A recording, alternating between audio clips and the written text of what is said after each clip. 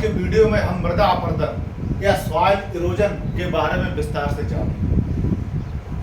Erosion या अपरदन एक व्यापक क्रिया है जिसके अंतर्गत जो मिट्टी होती है उसके कण प्राकृतिक कारणों और मानवीय कारणों द्वारा ढीले होकर या अलग होकर परिवहित हो जाते हैं या उनका परिवहन हो जाता है, जिसे मृदा अपरदन के अंतर्गत सम्मिलित किया जाता है।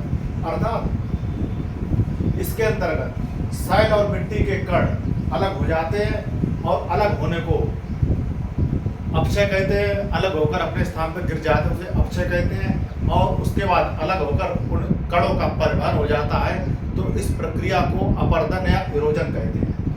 और इस कार्य में कई बहिर्जात प्रक्रम या बाहरी प्रक्रम या क्रियाएं सम्मिलित होती हैं, और इन प्रक्रमों में सम्मिलित होता है जैसे बहता हुआ जल, बहता जल, हिमनद, वायु की गति या हवा की गति या हवा का चलना। इसके अलावा जो सागरीय तरंगे जो सागर के तट पर टकराती हैं वह भी मृदा अपरदन करती हैं, अर्थात सैलों का अपरदन करती हैं या उनमें काट छाट करती हैं। इसके साथ ही साथ जो मानवीय क्रियाकलाप होते हैं, मानव अपनी आवश्यकताओं की पूर्ति के लिए त्वरित गति से जो अपरदन करता है, मृदा अपरदन करता है, उसे मानव जनित मृदा अपरदन कहते हैं या त्वरित मृदा अपरदन कहते हैं। इसके अलावा जिसमें मानवीय क्रियाओं का कोई भी हस्तक्षेप नहीं होता है, अर्थात प्राकृतिक कारकों द्वारा जो मृदा का अपरदन होता है उसे भौमिकीय अपरदन कहते हैं। भौमिकीय अपरदन।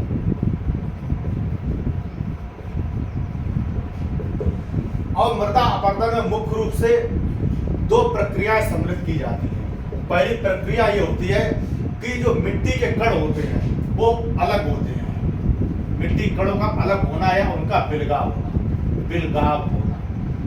और दूसरी प्रक्रिया सम्मिलित की जाती है कि इन कणों का परिवहन, एक स्थान से दूसरे स्थान पर परिवहन। यह दोनों प्रक्रियाएं सॉइल इरोजन के अंतर्गत सम्मिलित की जाती हैं। और एक जाग्राफर हुए थे, उन्होंने 1969 में बताया था, वो जाग्राफर हुए थे एल.डी. मेयर और W.H. बिस्मेयर।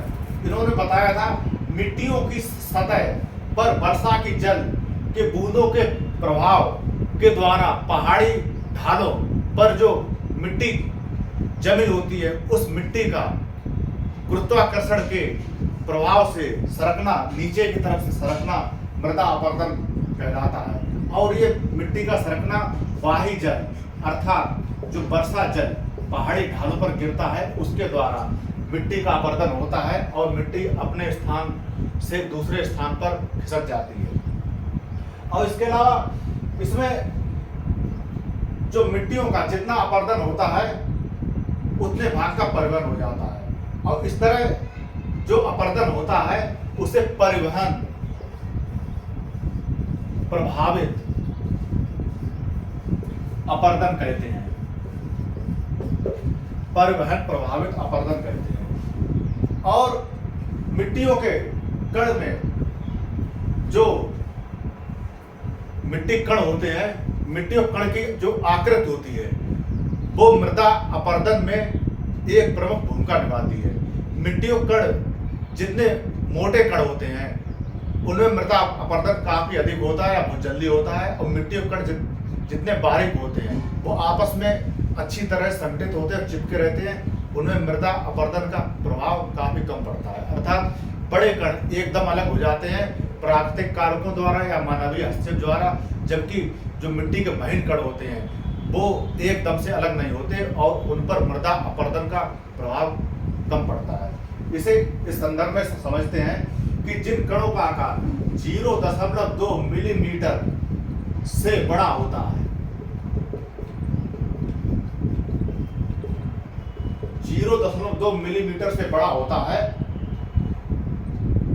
उनको मिट्टी से अलग करने की अधिक जल वेग अर्थात अधिक पानी के वेग की आवश्यकता पड़ती है। अर्थात पानी जितनी रफ्तार से 0.2 मिलीमीटर से बड़े जो कण होते, मिट्टी कण होते हैं, उनसे टकराकर बहता है, तो तभी यह मृदा अपरदन प्रभावी होता है। और इसके अलावा जिन कणों का आकार 0.3 मिलीमीटर से छोटा होता है, उन मिट्टियों के कणों को अलग करने के लिए उतने ही अधिक जल वेग की आवश्यकता होती है या होगी। और आगे देखते हैं कि जो बड़े आकार वाले कण होते हैं उनका भार अधिक होता है और उन्हें मिट्टी से अलग करने के लिए अधिक जल वेग की आवश्यकता होती है। और साथ ही साथ जो छोटे कण होते हैं उनको कम जल वेग में ही अलग किया जा सकता है मिट्टियों के संगठन से। इसके बाद आगे देखते हैं कि जिन क्षेत्रों में जो वनस्पति विहीन क्षेत्र होते हैं, वनस्पति विहीन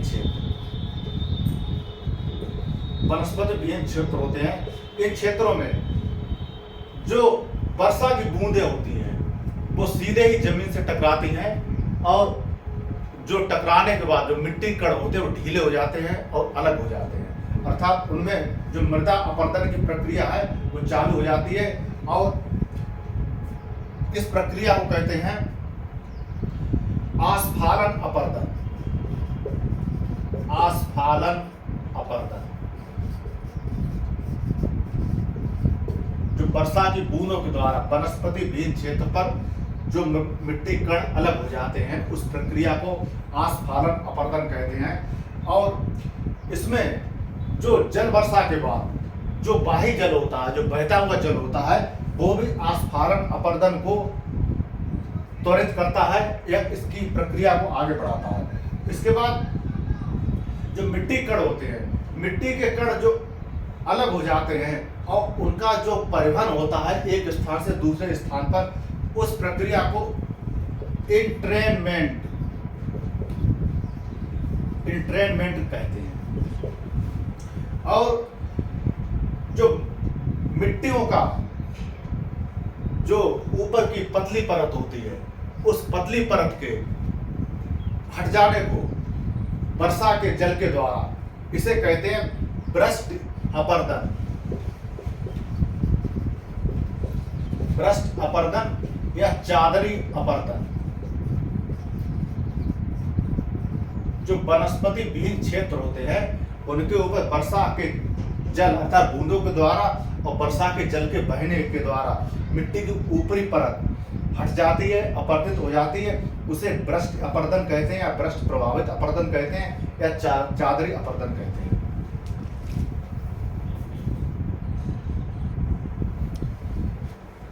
इसके बाद जब तीव्र वर्षा होती है, तीव्र वर्षा के कारण जो वर्षा का जल अर्थात बाह्य जल छोटी छोटी पतली नालियों में होकर बहता है, तो इसके द्वारा पतली पतली नालियां जो बन जाती हैं, तो इस प्रकार के अपरदन को अवनालिका अपरदन कहते हैं। अवनालिका अपरदन, अवनालिका अपरदन या ऐसे अंग्रेजी में कहेंगे रिल इरोजन। रिल इरोजन। अवनालिका अपरदन जब होता है जब तीव्र वर्षा होती है, अर्थात वर्षा की बूंदों की बौछार काफी अधिक होती है, काफी रफ्तार से नंगी जमीन पर गिरती है। अवनालिका अपरदन के बाद जैसे जैसे ये अवनालिका अपरदन प्रक्रिया आगे बढ़ती है, अर्थात अवनालिका अपरदन जैसे जैसे प्रभावी होता जाता है संबंधित भूमि में, उसके बाद कई परस्पर जो नालियां होती हैं, जो छोटी नालियां होती हैं, वो आपस में जुड़ जाती हैं और जुड़ने पर एक गुम्फित आकार का रूप ले लेती हैं। अर्थात इस प्रकार की नालियों को शू स्ट्रिंग अवनालिका अपरदन कहते हैं। शू स्ट्रिंग अर्थात ये नालियां एक प्रकार से गुम्फित अवस्था में जुड़ जाती हैं और एक दूसरे संबंधित हो जाती हैं। इसके बाद इनके आकार में वृद्धि होने लगती है, नालियों के आकार में इनकी गहराई बढ़ने लगती है, साथ ही इनकी लंबाई बढ़ने लगती है, हालांकि इनकी चौड़ाई ज़्यादा अधिक नहीं बढ़ती है। और इसके बाद जो आय का क्रम होता है इन अवनालिका अपर्दन के बनने का, और उसमें लंबी और गहरी जलधाराओं के रूप में इनमें पानी बहने लगता है और इन्हें बड़ी अवनालिका बन जाती है। इसके बाद बड़ी अवनालिका बड़ी अवनालिका बन जाती हैं। और इसके बाद इन अवनालिकाओं में मृदा अपरदन के जो क्षेत्र होते हैं, जो काफी बड़े क्षेत्र होते हैं, उन्हें बीहड़ कहते हैं, बीहड़ क्षेत्र कहते हैं, या इसे कहते हैं बैडलैंड। और इन क्षेत्रों का विस्तार मुख्य रूप से चंबल घाटी में, और जो मध्य प्रदेश के अंतर्गत आता है, उत्तर प्रदेश के बुंदेलखंड क्षेत्र के अंतर्गत भी आता है, साथ ही साथ पश्चिमी आगरा और दक्षिणी पश्चिमी इटावा और बांदा और चित्रकूट, इन क्षेत्रों में यह बैडलैंड अर्थात अवनालिका अपर्दन के क्षेत्र या बीहड़ क्षेत्र पाए जाते हैं। और इन क्षेत्रों की जो भूमि होती है बिल्कुल बंजर हो जाती है और कृषि के लिए अयोग्य हो जाती है। इसके बाद आगे देखते हैं कि अगर मृदा अपरदन के कारकों की बात की जाए, कारणों की बात की जाए, तो कारण इस प्रकार है। सबसे पहले होता है जलवायु का, जलवायु कारक जो प्रमुख कारकों में माना जाता है मृदा अपरदन के लिए या स्वास्थ्य प्रोजन के लिए। जलवायु कारक के अंतर्गत जो वाही जल होता है, अर्थात वर्षा का जल, बहता हुआ जल होता है वाही जल, ये प्रमुख भूमिका निभाता है मृदा अपरदन के लिए। वाही जल के बाद जो तापमान होता है, तापमान, और इसके अलावा तापमान अलावा वायु की गति। जैसे तापमान को अगर हम लें तो तापमान किसी क्षेत्र में उच्च होता है या कम होता है, अर्थात आर्द्र जलवायु होता है, आर्द्र जलवायु वाला तापमान होता है और शुष्क जलवायु वाला तापमान होता है। तो जो मिट्टी कण होते हैं उनमें कठोरपन आता है, ढीलापन आता है तापमान में परिवर्तन के आधार पर और आर्द्रता में परिवर्तन के आधार पर, और मिट्टी कण टूट कर ढीले होते जाते हैं। जब वायु की गति काफी तेज होती है तो मिट्टी कण उड़ जाते हैं अपने स्थान से, साथ साथ वाही जल के द्वारा वो मिट्टी कण एक स्थान से दूसरे स्थान पर परिवहित हो जाते हैं। इसके बाद आगे ये देखते हैं कि जो जिन क्षेत्रों में वनस्पति की बात करें कि जिन क्षेत्रों में वनस्पति, दूसरा कारक होता है जलवायु कारक के बाद वनस्पति। जिन क्षेत्रों में वनस्पति काफी घनी होती है, अधिक वन या जंगल पाए जाते हैं, जैसे सदाबहारी वन जो भूमध्य रेखा के उत्तर और दक्षिण 10 डिग्री अक्षांशों के बीच अवस्थित होते हैं, यह सबसे अधिक ब्राजील में पाए जाते हैं, उसके बाद मध्य अफ्रीका में और इंडोनेशिया, मलेशिया में, और भारत का जो पश्चिमी घाट का कुछ क्षेत्र है वहाँ पे। तो ये वनस्पति जो होती है घने जंगलों के रूप में होती है।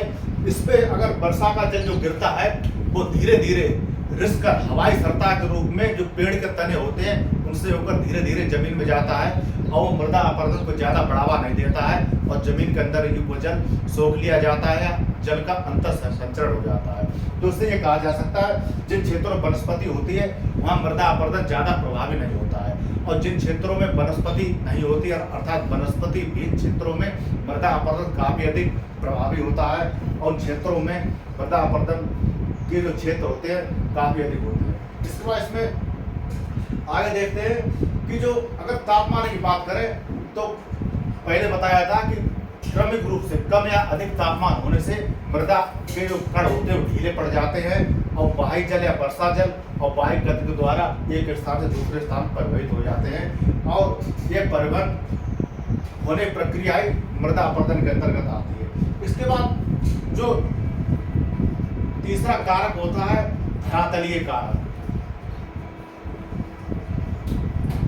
धरातलीय कारक की बात करें जो तेज ढाल प्रवणता वाले क्षेत्र होते हैं अर्थात पहाड़ी क्षेत्र होते हैं जिन पर मिट्टी की पतली परत उनकी ढालों पे जमी होती है।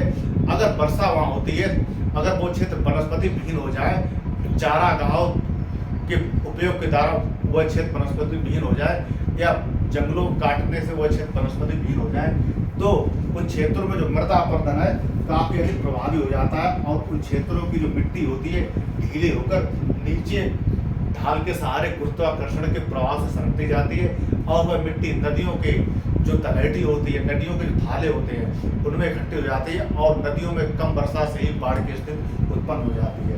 और जो क्षेत्र समान ढाल वाले होते हैं, अर्थात जिन क्षेत्रों में ढाले प्रवणता बहुत कम होती है, उन क्षेत्रों में मृदा अपरदन का प्रभाव काफी कम होता है। इसके बाद जो शैल के कारक या शैलों की बनावट या चट्टानों की बनावट, शैलों की बनावट, शैलों की बनावट, अगर शैलों की बात करें, जो आग्नेय शैल होती है और जो क्वार्टराइज शैल होती है वो काफी कठोर शैल होती है, और इन शैलों पर जो बाह्य जल और तापमान और वायु के वेग का प्रभाव काफी कम होता है। जबकि जो कायांतर शैल होती है, साथ ही साथ जो नवीन शैल होती है, जो कायांतर शैलों के अपरदन और अपक्षय के द्वारा बनती हैं, वो शैलें काफी नरम होती है, मुलायम होती है, और इन शैलों को टर्सरी शैल के अंतर्गत रखा जाता है। साथ ही साथ ये जो जलोढ़ मिट्टी होती है वो ऐसी शैलों से बनती है। तो जो शैलों की बनावट होती है, जो मुलायम शैल होती है, उनमें मृदा अपरदन काफी अधिक प्रभावी होता है। इसके बाद हम बात करते हैं जो मानव कारक,